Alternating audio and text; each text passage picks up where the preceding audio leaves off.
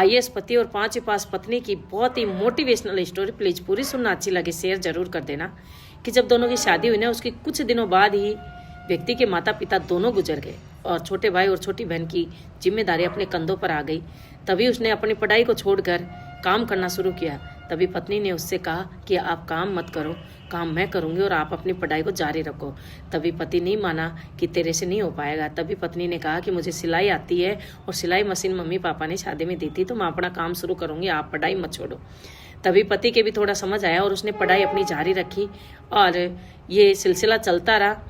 तभी एक दिन पटवारी का फॉर्म लेकर आया, तो पत्नी ने कहा ये क्या है। तभी उसने कहा ये पटवारी का फॉर्म है और अभी विज्ञप्ति निकली है, तो मैं पटवारी का फॉर्म लगाता हूँ, पटवारी में अगर सिलेक्शन हो जाता है तो। तभी पत्नी ने कहा कि सबसे बड़ी नौकरी क्या है। तभी पति ने कहा ये कैसा सवाल है। तभी पत्नी ने कहा कि मुझे आप बताओ कि सबसे बड़ी नौकरी क्या है। तभी पति ने कहा कि सिविल सेवा है। तभी पत्नी ने कहा कि बस आपको सिविल सेवा की ही तैयारी करनी है, और उस फॉर्म को लेकर उसने फाड़ कर फेंक दिया। उसने दिन रात मेहनत की, रात को 11-11 बजे तक सिलाई करती और सुबह 5 बजे उठ जाती। बीच बीच में अपने पति को चाय बनाकर देती कि कहीं नींद ना आ जाए। उसने दिन रात एक कर दी और उधर पति ने भी पढ़ाई में दिन रात एक कर दी। भगवान ने साथ दिया और वो आईएएस बन गया। तभी उस दिन इतनी खुशी हुई घर में कि वो नाचते नाचते बीमार ही पड़ गई। तभी उसको ट्रेनिंग के लिए जाना था और वो ट्रेनिंग के लिए निकल पड़ा। जब ट्रेनिंग के दौरान एक लड़की से उसकी दोस्ती हो गई।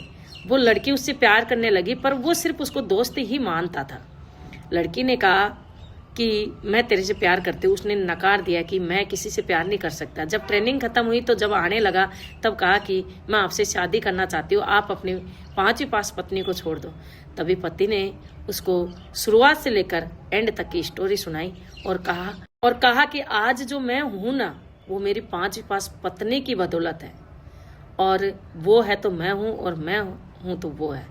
तभी उसकी नजरें नीचे झुक गई और कहा कि मैं पढ़ी लिखी होकर भी अनपढ़ रह गई, और वो अनपढ़ होकर भी वो पढ़ी लिखी हो गई।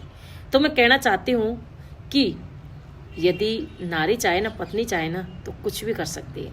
और एक कामयाब पति के पीछे एक पत्नी का हाथ होता है। तो ऐसे अपने पति को सपोर्ट करो हर चीज़ में। ये जरूरी नहीं कि आईएएस ही बनाओ, उसको हर परिस्थिति से, पत्नी एक ऐसी होती है जो उसको हर परिस्थिति से निकाल लाती है। अगर स्टोरी अच्छी लगी हो तो शेयर जरूर कर देना।